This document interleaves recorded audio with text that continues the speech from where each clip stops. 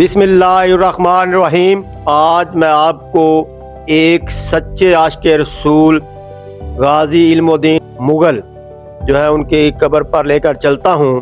आपका रोज़ा मुबारक जो है वो लाहौर के बड़े कब्रस्तान मियानी साहब में मौजूद है। तो मैं लाहौर में मौजूद था तो आपको लेकर चलते हैं।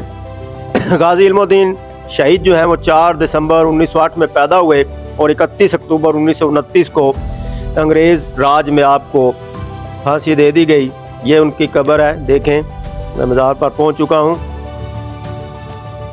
गाजी इल्मुद्दीन शहीद के वालिद तरखान यानी लकड़ी का काम करते थे। इब्तदाई तालीम हासिल करने के बाद आप बड़े भाई और वालिद के साथ जो है वो इस काम में लग गए।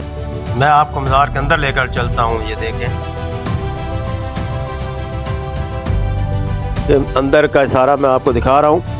आपने असल में एक शातम रसूल हिंदू राजपाल जो है उसको जो है वो जहन्नम वासिल किया था। उसके सिलसिले में ही आपको जो है वो अंग्रेज़ राज में फांसी दी गई।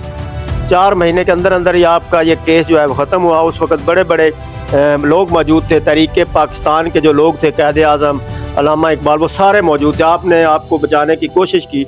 एक बार उन्होंने मैसेज भेजा कि इल्मुद्दीन अगर ये कह दे कि मैंने इरादतन ये कत्ल नहीं किया तो हम आपको बचा लेंगे, लेकिन उन्होंने ये कहकर इनकार कर दिया कि मैंने जिस मकसद के लिए कत्ल किया है वो सब ज़ाया हो जाएगा।